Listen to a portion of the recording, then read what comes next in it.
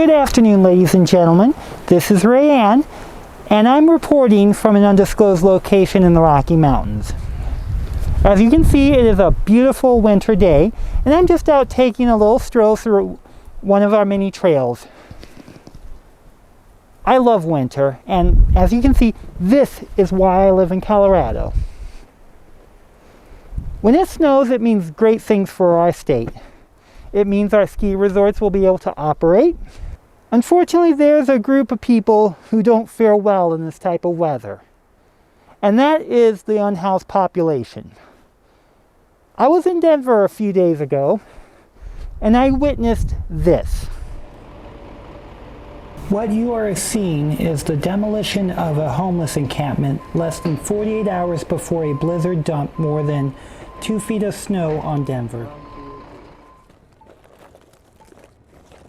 Apparently, this happens frequently in Denver.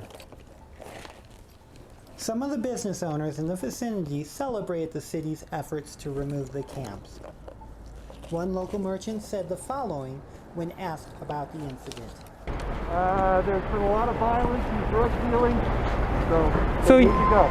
So you're happy with what's going on? I am. Okay. Not everyone felt contempt for the residents of the camp. A group of activists showed up to provide refreshments and hygienic products to the people who were evicted. Donut food station. Viria has Monday nights. We're outside of City Hall. Okay. And we do the food, clothing, these projects where we build blankets and bedding, padding. The next project's going to be toilets.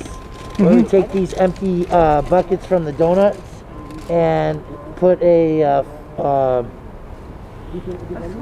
swim noodle on them. Okay. Yes. Put it around. And that will allow somebody to sit on it.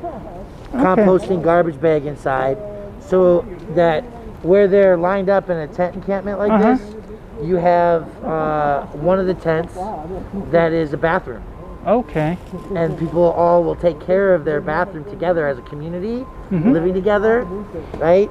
And so we can create these with giving them sawdust, which I'm working on, and we have, so that it keeps things clean and neat, soaks up waters. We can handle using tricks like adding pet pads, for menstruation cycles and things like that, so that all humans have dignity when they're living their life process and having to be out on the streets in that manner.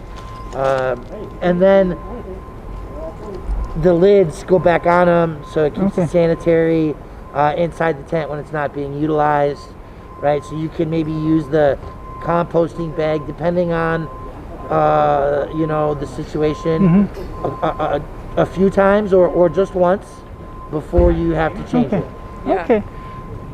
And I guess where would they dispose of the waste once it's filled Well, then up? they'd probably just throw it at this point in life in a landfill, in a dumpster, or a garbage can provided by the city. Okay. And here we have our first displacements of the day. Okay.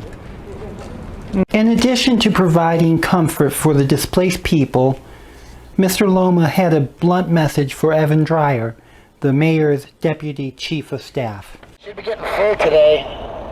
Your citizens are saying stop this traumatic displacement without solutions-driven management. Putting everybody in the same building does not work. There's a reason that the people who came before us said that housing should be dispersed, and economically we should not put everybody in the same pot. 1 or 2 people per floor as we build upward. There's plenty of room for everybody without pricing the lowest incomes out. The city demolished the camp that day. Most likely, these people will establish another camp close by, and that camp will eventually be destroyed by the city too. It is disappointing that the city government does this with our tax dollars, and it's also sad that they do it a day before a snowstorm. The Rayanne Show reached out to the city's communication team and they were asked if the city takes the weather into consideration before taking these kinds of actions. There was no response. See, look, she's recording.